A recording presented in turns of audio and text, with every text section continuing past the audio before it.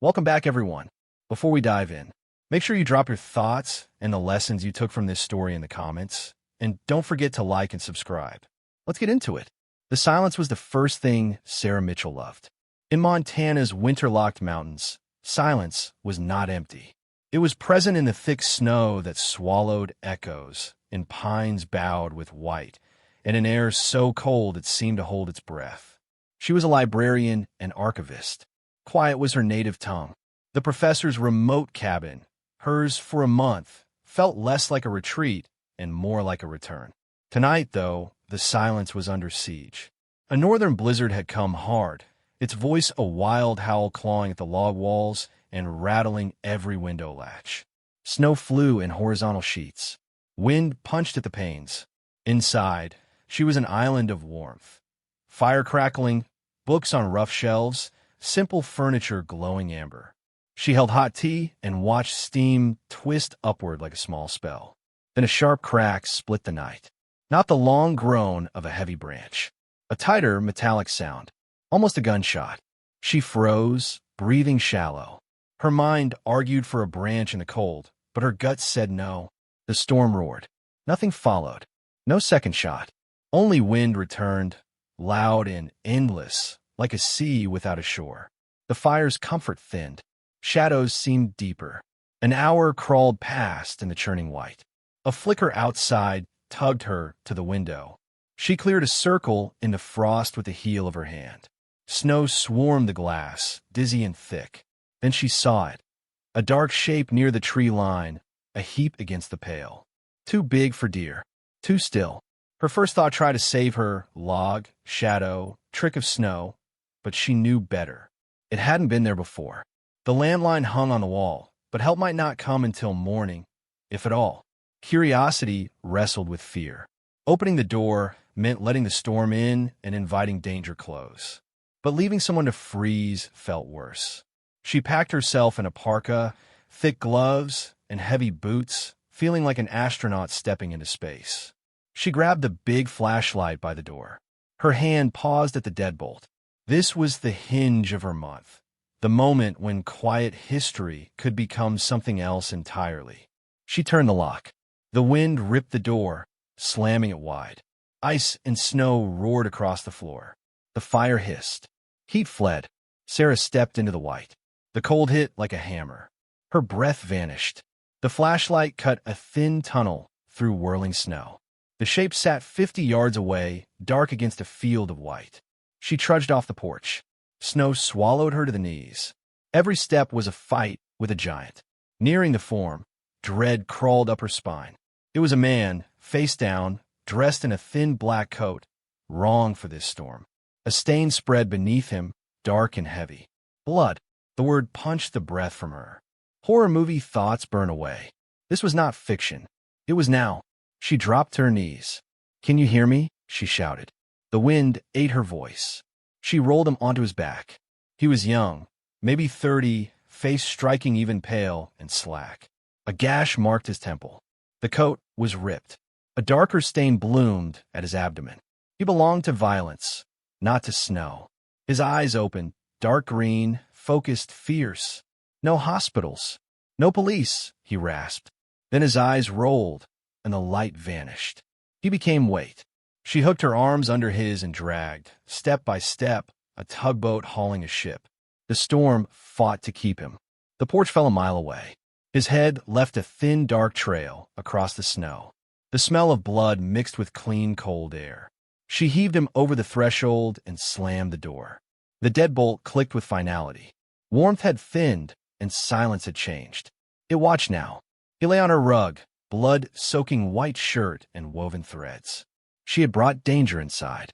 His last words rang in her ears. No hospitals, no police. She shook, knelt, and unbuttoned the ruined coat. A neat hole punched the fabric near his hip. The shirt beneath was sodden red.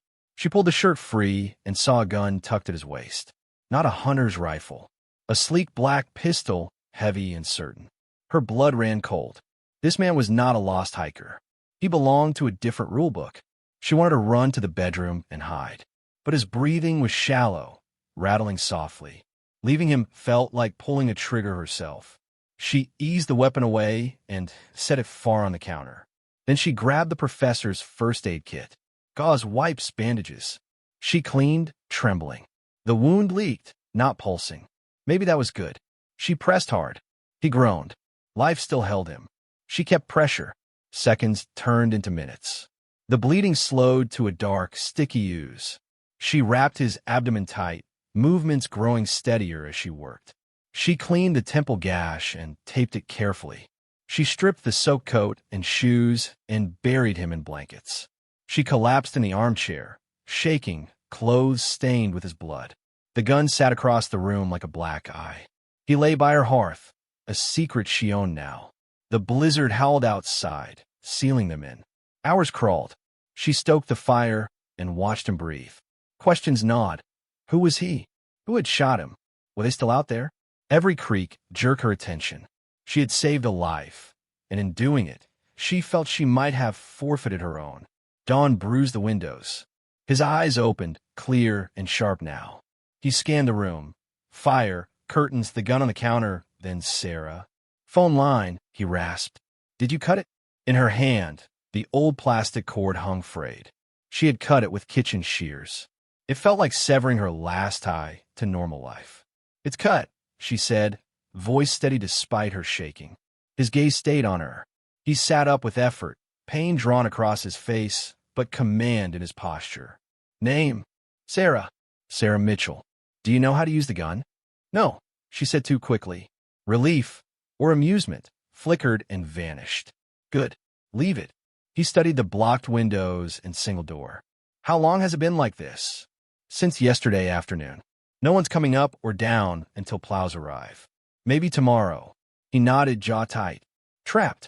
He shifted and hissed as fresh blood darkened the bandage. You need a doctor, she said. You could die. Hospital is a morgue for me. The first place they'll look, he added. They. A faceless threat. Who are they? She asked, arms around herself. Regret flickered across his face. You're better off not knowing. You saved my life. I won't repay you by putting a target on your back. She bristled. Too late. Your blood is on my floor. Before he could answer, a low thrum rattled the boards. Engines. Not a snowplow's grind. Something heavier. He hardened, pain erased by focus. Away from the windows, he ordered. She obeyed. 2 black SUVs rolled into the clearing. Men in tactical gear fanned out, disciplined and silent. She waited for the door to explode inward for gunfire. Instead, 4 measured knocks, a code. He exhaled. My men. He sagged onto the sofa. Open. She hesitated, then unbolted. A tall, lean man with a severe face stepped in. He looked past her to the wounded man. Boss. Relief and concern laced his voice. Another followed. Marco, the man on the sofa said. Vargas thinks you're dead, Marco reported. 2 shots. Storm hid the body. Medic incoming. His eyes cut to Sarah. What about her? She saved me. She stays. Under my protection. Marco's look said what he didn't. Liability. She's a loose end, Marco murmured low. But the cabin's size carried it to her. She is not, the boss said, quiet and absolute. He met Sarah's eyes, and she felt the weight of his world land on her shoulders. She's with me. No one touches her. No one questions her. Marco nodded once. He turned to Sarah. You will not leave. You will not contact anyone. Do as you were told. Your life depends on it. It wasn't a threat. It was a fact. The medic arrived, turning the living room into a small operating room. Steel gleamed under portable light. They lifted him to the table. Sarah stood in the kitchen, a spectator in her own borrowed home. The medic cut away bandages, probed, stitched. The wounded man did not cry out. Clean pass, the medic said at last. Missed vital organs. Your pressure bought time. Sarah nodded, hollow and shaking. Marco's team swept the cabin, checked windows, set a perimeter. Low Italian filled the air, a hard rhythm against her love of quiet. When it was done, he was back on the sofa, pale and 4 clicking softly. Marco gestured to ruined clothes. We'll burn these. A tarnished silver flask slid out. It clinked on the floor. Sarah picked it up before Marco could. A wolf's head crest was engraved on the silver, framed by olive branches. Old. It tugged at some half-memory she couldn't place. She handed it to Marco with the clothes. He left to burn them. Evening melted into night. The men kept watch. He drifted in medicated sleep. Sometimes his eyes found her, unreadable. She climbed to the attic for air. Dust, cedar, boxes of research. In a corner, her small wooden footlocker waited. Her father's few things lived inside. Books, a journal, a velvet bag with small keepsakes. He had been a quiet accountant who loved history, dead since she was 16.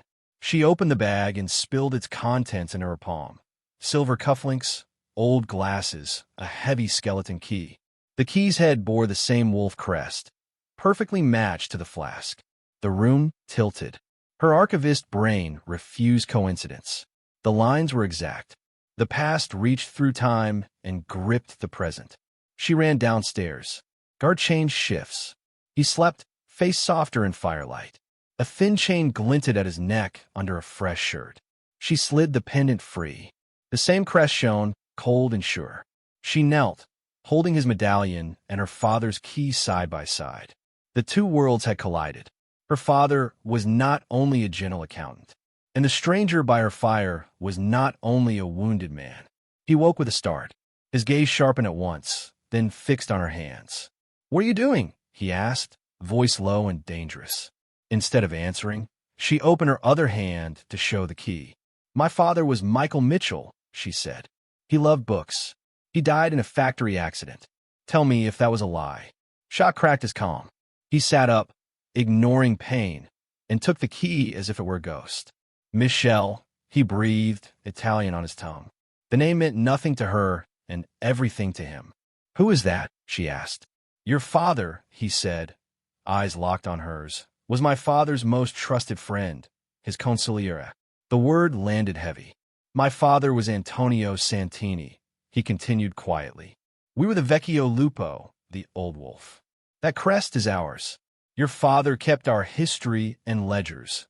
Il Libro Mastro. 22 years ago, an underboss named Ricardo Vargas rose and betrayed them all in blood. My father died that night," he said. "Your father fought, but he was a scholar. He saved what he could, me and the ledgers, and vanished. He became Michael Mitchell to protect the book and to protect you." Her memories twisted. The quiet man with gentle hands had been hiding a war. "The accident," she whispered. He nodded grimly. "Vargas hunts the ledgers and me. He would not leave loose ends. The storm outside had passed, but a harder storm stood between them." He looked at her, voice steady. "Now he knows I live. Through me, he will find you." The choice settled over the room like new snow. Run and vanish under a false name, always hunted by shadows. Or stay and step into a guarded world where safety had a price. She thought of her father's half-life and the accident that wasn't. She thought of the key in her palm and the crest at Diego's throat. Fear tightened her lungs, but a fiercer clarity cut through it. "I won't run," she said. "If my father's legacy has found me, I face it." Diego's gaze held steady. Respect, relief, and duty crossed his face. "Then we begin with what he left." They climbed to the attic together, moving slowly because of his wound. Dust lifted in soft halos around the beam of a small lamp. The footlocker waited like a patient witness. Sarah knelt, lifted the lid, and set out the contents with careful hands. Books, the leather journal, photographs, a hollow ache of memory. Diego's breath shortened with the stairs, but his eyes were alert. He picked up a history of a Florentine banking family, feeling the past like a current. "Michelle loved this," he murmured. She opened the journal. Dates, star charts, and poetry braided through exact, architectural handwriting. Her archivist mind woke fully. This was not decoration. It was structure. "He's mapping his present to the past," she said, turning pages. "Events mirror older events. The notes are clues, not entries." She traced a line that linked a shipping notation to a ruined city and a Latin quote. Patterns knitted under her fingers. Diego leaned closer, the warmth of him steady beside the lamp's cold light. He added living context. Names, office's quiet rivalries, the way his father spoke when honor mattered most. Piece by piece, history and memory clicked like tumblers in a lock turning home. She stopped at a week before her father's death. One line gleamed. All I have I entrust to the queen, sacrificed for a crown she never wore. Her heart jumped. And Bullen, she whispered. He loved her story. He had a rare biography. She dug to the bottom of the trunk, hands shaking, and found the dark green volume. The pages felt wrong, too light in the middle. She opened it carefully. The center was hollow. Inside lay a small, sealed object wrapped in wax cloth, a rugged hard drive, dense with hidden years. Diego exhaled. Not paper, he said. Protection. Back downstairs, the room became a staging ground. Marco arrived. The medic checked dressings. The storm thinned to a whisper.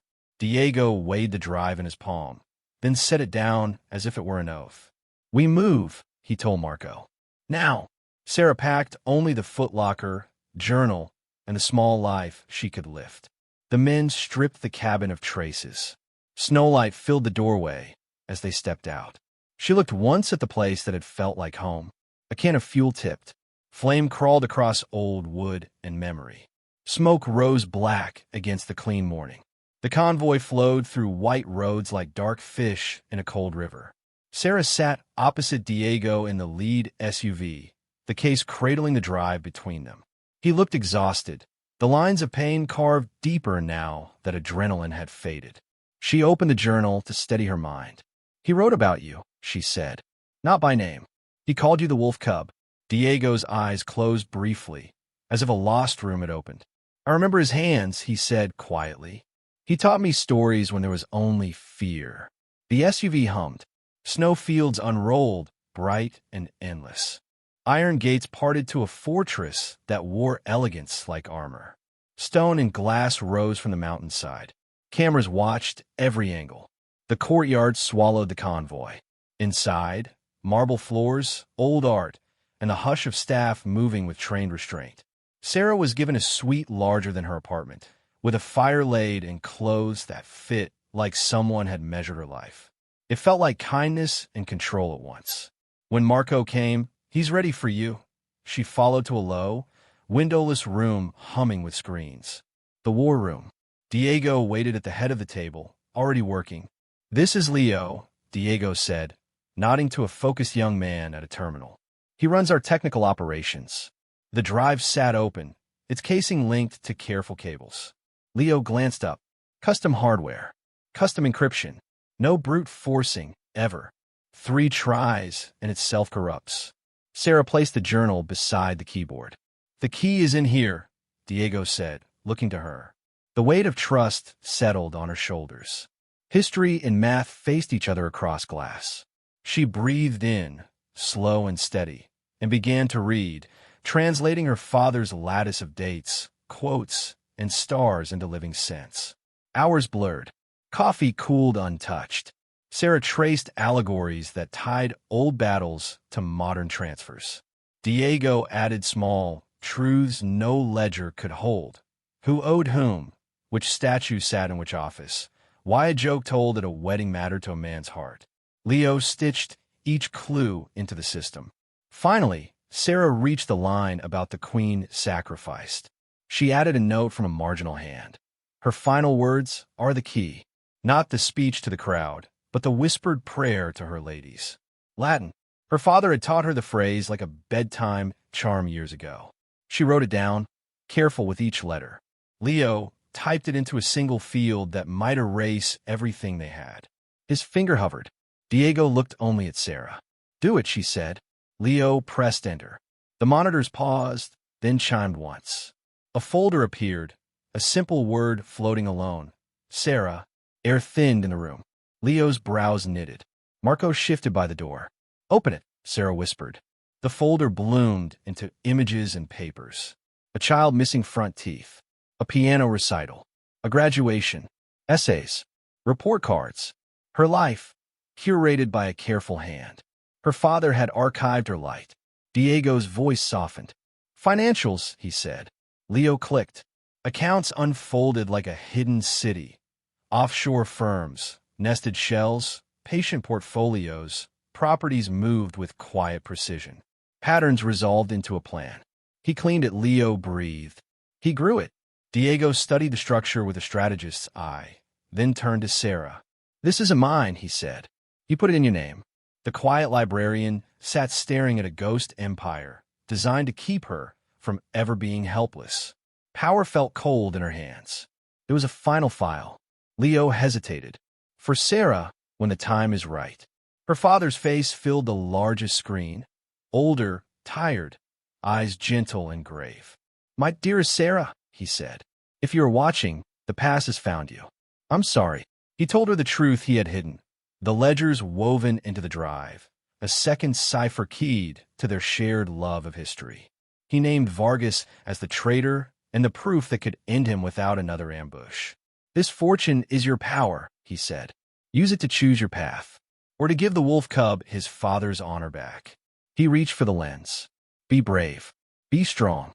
Silence held the room after the screen went dark. Tears slid down Sarah's face, hot and steady, cutting through the frost her fear had left behind. Diego moved without ceremony, poured water, and knelt, placing the glass in her hands. "He loved you," he said softly. "He left me a battle," she whispered. Diego shook his head. "He left us a battle and a map." He held her gaze a moment longer than comfort required. Then he stood and called Leo and Marco back with a small gesture. The work resumed. Grief took a chair beside her, quiet and watchful. They labored through days that lost their edges. The cipher inside the cipher unfolded, not by luck, but by craft. A Venetian doge unlocked a Swiss account. Caesar's crossing revealed a point of no return tied to a fake charity. The fall of Constantinople marked a warehouse with a forgotten rail spur. Each page of the journal became a cable pulled from a wall. Diego's memory supplied lived names and rooms. Leo's code made the old sing to the new. In the late hours, when the others slept, Sarah and Diego sat shoulder to shoulder, a near warmth neither named. A night came when the true Libro Mastro poured across the center screen at last. Dates, transfers, bribes, betrayals. Names of men who smiled as they shook hands and then set fires in back rooms. Vargas's secret narcotics deals stood in black and white. So did the skimming that cheated his current partners, a theft too large for forgiveness. Leo let out a low whistle. "This is a guillotine," he said. Diego's mouth edged into a grim smile. "Not war," he murmured. "Sentence." Sarah felt something fragile inside her steady. If honor could not be restored, it could be avenged. Hope changed the house's air. Plans hardened. Diego met with captains. Vectors appeared on maps. Sarah learned new skills from Leo. How to move clean money with invisible steps. How to shield assets built for a future her father had imagined. Their private moments were brief and careful. A laugh over cold coffee. A hand brushing a page. A look held a heartbeat too long. One night, exhaustion stripped her guard. He reached to touch the tear she hadn't noticed. The air grew thick. He leaned closer, then stopped, jaw tight.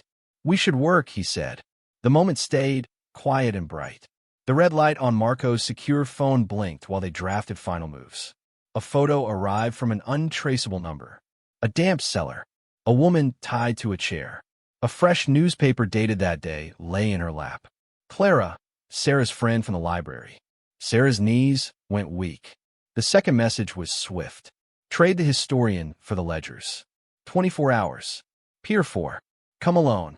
Diego's calm went cold and dangerous. "He knows it was you," Marco said.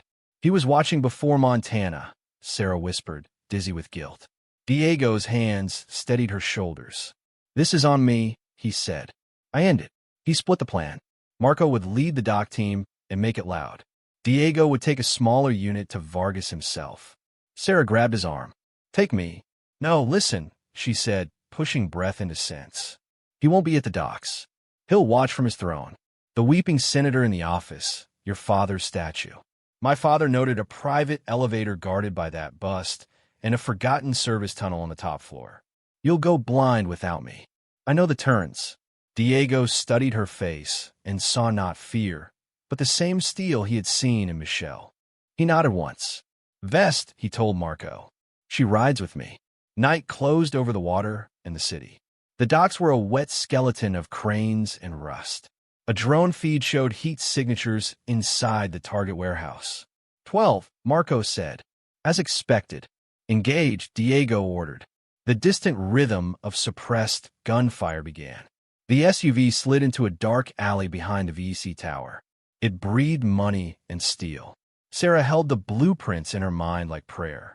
Service tunnel, she whispered. Old pneumatic route. Maintenance closet on the top floor. The forgotten gate. Diego's mouth tipped. Then we use it. They moved like ink through ducts and concrete, boots quiet on metal rungs, breath measured and slow. The maintenance closet smelled of dust and coal carpet.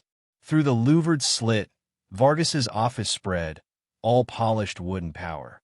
A bust with a flaw sat behind the desk, the weeping senator.